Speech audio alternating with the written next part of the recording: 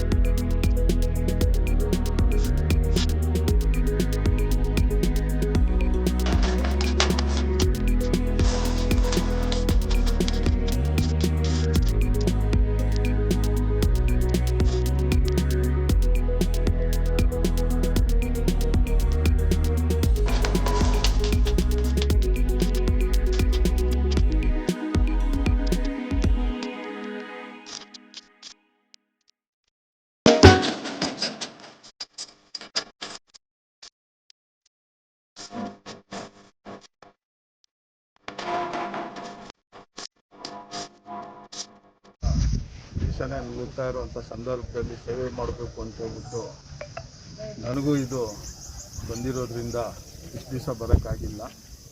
ಇವತ್ತಿಂದ ಚಾಲೂ ಮಾಡಿದ್ದೀವಿ.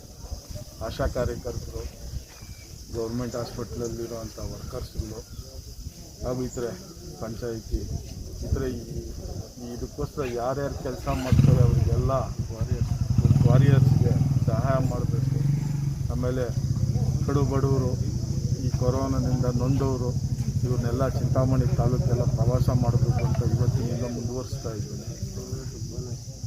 ಆಮೇಲೆ ಈ ನಮ್ಮ ಸ್ಕೂಲುಗಳಾದಂಥ ಮಧ್ಯಮ ಸ್ಕೂಲುಗಳು, ಪ್ರೈವೇಟ್ ಸ್ಕೂಲುಗಳು,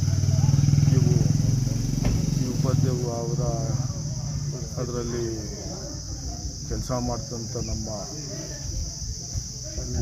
ಉಪನ್ಯಾಸಕರಿಗೆ ಇವತ್ತು ಪ್ರೈವೇಟ್ ಸ್ಕೂಲಲ್ಲಿ ಸಂಬಳಗಳು ಸಿಗ್ತಾ ಇಲ್ಲ. ಅವ್ರ ನೆರವಿಗೂ ಹೋಗಬೇಕು ಅಂತ ಹೇಳ್ಬಿಟ್ಟಿದ್ವಿ, ಯೋಚನೆ ಮಾಡಿದ್ವಿ.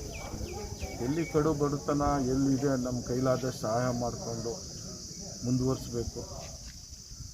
ಇದು ಈ ಮಹಾಮಾರಿ ತೊಲಗಲಿ. ಇದು ಜಾಸ್ತಿ ದಿವಸದಿಂದ ದೇಶನೂ ಅಲ್ಲಾಡ್ತಾ ಐತೆ, ರಾಜ್ಯನೂ ಆರ್ಥಿಕ ಪರಿಸ್ಥಿತಿಯಲ್ಲಿ ಹಿಂದುಳಿತಾ ಇದ್ದೀರಿ. ಈ ಕೊರೋನಾ ಹೋಗೋದಂಕ ಇದೆಲ್ಲ ಸಮಸ್ಯೆ ಬಗೆಹರಿಯಲ್ಲ. ದಯವಿಟ್ಟು ಇದಕ್ಕೆ ಸಹಕಾರ ಕೊಡೋದು ಎಲ್ಲ ಜನನೇ. ಇವತ್ತು ನಾವುಗಳು ಇವಕ್ಕೆಲ್ಲ ಸೇರಿ ಸಹಕಾರ ಕೊಟ್ಟು ಈ ಮಹಾಮಾರಿನ ಓಡಿಸ್ಬೇಕು ಅಂತೇಳಿ ಆಚೆಗೆ ಬರ್ದಿರ, ಕೊರೋನಾ ಅಂಟಿಸ್ಕೊಂಡಿರ ಮನೆಗೆ ಯಾರು ಓದ್ತೀರಿ ಆವತ್ತು ದೇಶ ಆರ್ಥಿಕ ಪರಿಸ್ಥಿತಿಯಲ್ಲಿ ಮುಂದುವರಿತದೆ.